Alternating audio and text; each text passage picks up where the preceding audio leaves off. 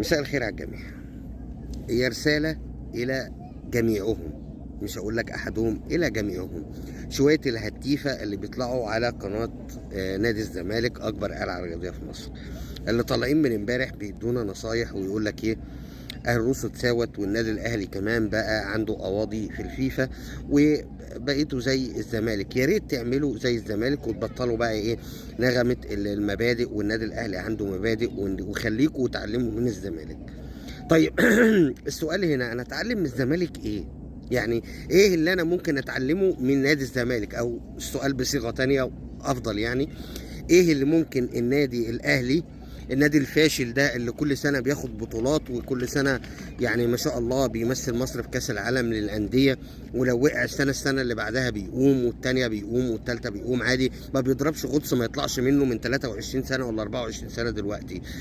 ايه اللي ممكن اتعلمه من نادي زي الزمالك؟ اكل فلوس اللعيبه وما اديهاش حقها، ويبقى سمعتي في الفيفا وعندي 10 قواضي ولا 11 قضيه، ولسه اللي جاي احلى كمان، يعني لسه اللي جاي الله اعلم هيكون في كام قضيه. ولا اكون نادي الزمالك في ايه؟ اكون نادي الزمالك ان انا كل يوم لاعب عندي بيهددني ان لو ما خدش فلوسه مش هيلعب؟ اكون زي نادي الزمالك في ايه؟ اجيب لاعب زي شيكو بنزا ده اللي هم كل شويه طالعين عايزين يشوفوا له اي صرفه واي بيعه في اي حته علشان سوء السلوك، واخر مره طلع لهم ملط كده كما ولدته امه؟ ولا حادثه الشرطه اللي كان الاستاذ مدير الكره بتاعه بيحاول ان هو ما يخلوش يقلع الشرط؟ ولا اكون زي نادي الزمالك في ايه؟ اللي بيقعد معاه وزير رياضه سابق علشان يقنع لاعب ان هو يجدد، وكل شويه طالعين يقول لك ايه، شوف بقى، ويحسبوا بسم الله ما شاء الله حاسبين الفلوس لكل الناس بالسنتي، ده له كذا وده له كذا وده له كذا وده له كذا. طيب ما تحسب قواضيك في الفيفا كده، احسب الناس اللي لها فلوس عندك، احسب القواضي اللي لسه ما اترفعتش. شوف قضيه خالد بوطيب مثلا، شوف اسمه مصدق، وشوف اسمه التاني ده بتاع برضه المغرب اسمه ايه، الجفالي، وشوف معالي اللي هي الموهبه الاولى زي ما قال بتاعهم، زي ما قال الاستاذ بتاعهم ميزو كده، قال لك موهبه المغرب الاولى. اكون زي الزمالك في ايه؟ اكون زي الزمالك حد يتشرط عليا فوق ال 40 سنه عشان ياخد 40 مليون وهو مشطب كرة من 3 4 سنين او من 4 5 سنين؟ اكون زي الزمالك في ايه؟ اكون زي الزمالك ان انا مش لاقي اكل وعمال اشحت وناديك يناديك وتبرعات وكل ده. عايزني اكون زي الزمالك ازاي؟ ريبيرو قضيه ورافعها، والنادي الاهلي طعن على الحكم بتاعها، يعني لسه لا في ايقاف قيد ولا في اي حاجه. الحاجه اللي انت ما تعرفهاش، انت واخد ان انت مش هتدفع فعارف ان هيتوقف قيدك، انما عادي انا ممكن ادفع ما عنديش مشكله، والفلوس اللي انت بتقول عليها دي كلها انا ممكن اغطيها. السؤال بقى اللي هنا اللي عايز اساله لك، انت هتدفع دي فلوسك دي منين؟ حتى لو ممدوح عباس اتدخل هتردوها منين؟ ده لسه مضايقكم ورفع عليكم قضيه، ولسه له عندكم فلوس وذليلكم بيها. كل شويه انا متبرع للنادي، انا متبرع من النادي، ومرتضى منصور كل شويه انا متبرع للنادي، وتركي آل الشيخ قلت له حطهم في نادي الزمالك. يعني انتوا عايشين على الفتيات، على التجمعات، على التبرعات، على الحاجات دي. عايزنا نكون زي نادي الزمالك في ايه؟ نادي الزمالك مين اللي انت عايزنا نكون زيه؟ انا عمري ما هتساوى بنادي، الفرق بيننا سنين ضوئيه، سواء في البطولات او الشعبيه او كل حاجه. انت بعيد قوي، انت لسه قدامك. انا لو قفلت 30 40 سنه ما عملش فيهم حاجه في كل الالعاب برضه هفضل فوقك، هفضل بمراحل كتير قوي متفوق عنك. فوق انت لنفسك. وكل شويه الهتيفه ومذيعات المطبخ اللي عندكم اللي عمالين كل شويه طالعين لي يقول لك ايه، خليهم بس يتعلموا من الزمالك الشفافيه والمبادئ والاخلاق. شوفوا امام عاشور شتمهم، شوفوا مش عارف احمد عيد شتمهم، شوفوا امام عاشور واحمد عيد شتموني لما كانوا عندك انت في ناديك، لما كانوا في ناديك شتموني انا. فاهم ازاي؟ يعني المفروض العقاب كان يجي من عندك انت. كابتن محمود الخطيب قال لزيزو في مقوله، اوعى تخسر جماهير نادي الزمالك، دايما خلي جماهير نادي الزمالك فوق دماغك، دايما خلي جماهير نادي الزمالك هي الاساس بتاعك. ما طلعش قال له اشتم جماهير الزمالك وقول اي حاجه، ولا لا لا، طلع قال له كلمتين. انت بتتفاخر ان امام عاشور شتمني وانت ما قدرتش تعمل له حاجه، فالعيب عندك انت مش عندي انا. امام عاشور اللي انت بتقول قفل تليفونه، قفل تليفونه وتعاقب وخد اكبر عقاب في تاريخ الاهلي، 1.5 مليون وتوقف اسبوعين. تقدر انت انت تعملها؟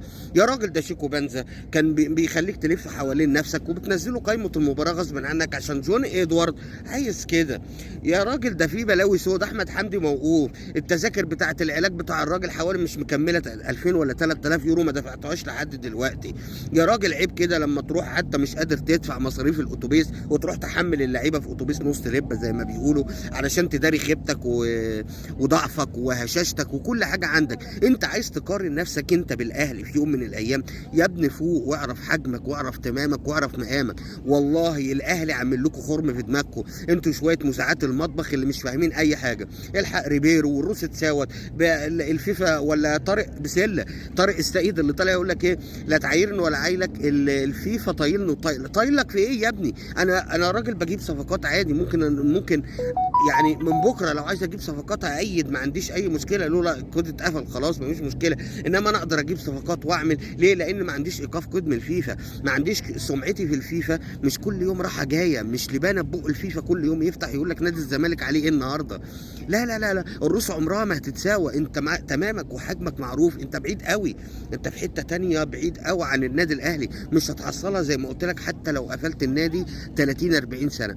فرجاء لكل شويه الهتيفه وشويه اللي بيهوهوا دول، طبعا الكلمه انتوا عارفينها، يا ريت بقى اللي هم منتصر وصبحي عبد السلام والدرديري وطارق بسله ومها صبري وفرح وجاليليو وفخراني بتاع الزمالك، ولا التاني ده اللي كان بيقارن الزمالك بريال مدريد، وانا مش عارف جاب يعني عنده يعني ما حسش بالذنب ازاي انه بيعمل مقارنه زي دي، او جاله ازاي يعني ايه جاله ضمير وقلب ازاي ان هو يقارن نفسه بريال مدريد. بيقارنه في ايه مثلا؟ يعني من حيث ايه؟ يعني هو ما قالش اي حاجه، هو قال لك احنا بنقارن نفسنا بريال مدريد. طب في ايه يا ابني؟ من حيث ايه؟ شعبيه ولا بطولات ولا ايه؟ ولا مش عارف، هو نفسه مش عارف. هو قال لك احنا بنقارن، هو كده بجاحه غتاته كده، احنا بنقارن نفسنا بريال مدريد، ما حدش له علاقه بقى، نقارن ما نقارنش ما حدش له علاقه. بس هو كده، هم حابين كده، حابين دايما ان هم يحشروا نفسهم مع الاهلي، عايزين يعملوا راس براس مع النادي الاهلي وخلاص، عايزين يبقوا قطب تاني رغما عن الجميع. مع ان لو جبت التاريخ في البطولات او في المباريات اللي اتلعبت بيننا وبينهم هتلاقي اكتساح للنادي الاهلي. يعني ما فيش، المفروض لما يكون في قطب ومنافسه كده يقول لك ايه البطولات مثلا ايه متفاوته، فرق 3 4 بطولات هنا، فرق 5 6 بطولات هنا، انما مش اكتساح والضعف في كل البطولات وجاي تقول لي قطب ومنافس.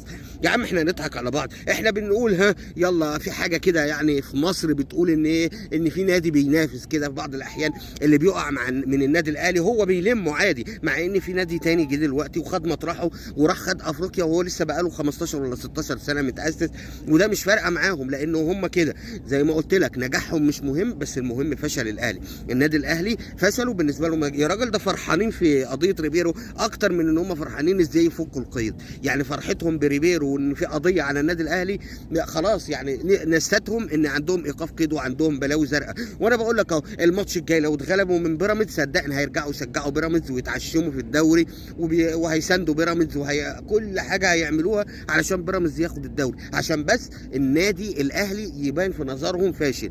هو كده اي حد في نظرهم ناجح بالنسبه لهم لازم يحاربوه، مش حبا فيه، لا مش حبا في ناديهم، لا هو كرها في الاهلي. اي حاجه تيجي على الاهلي يعني بفشل هم جايين معاك فيها سكه ودغري على طول، اول ناس هتلاقوهم واقفين معاك. اشتم الاهلي زي الرموز ما كانوا بيقول لك يطلعوا على القناه اول حاجه يتعلموها اشتم الاهلي، اي حاجه هم بيعملوها شتيمه في الاهلي. فيا ريت شويه الهتيفه وشويه الهلافيت دول يتكنوا شويه، مفيش داعي، لان تاريخكم معروف وتمامكم وحجمكم معروف. السلام عليكم.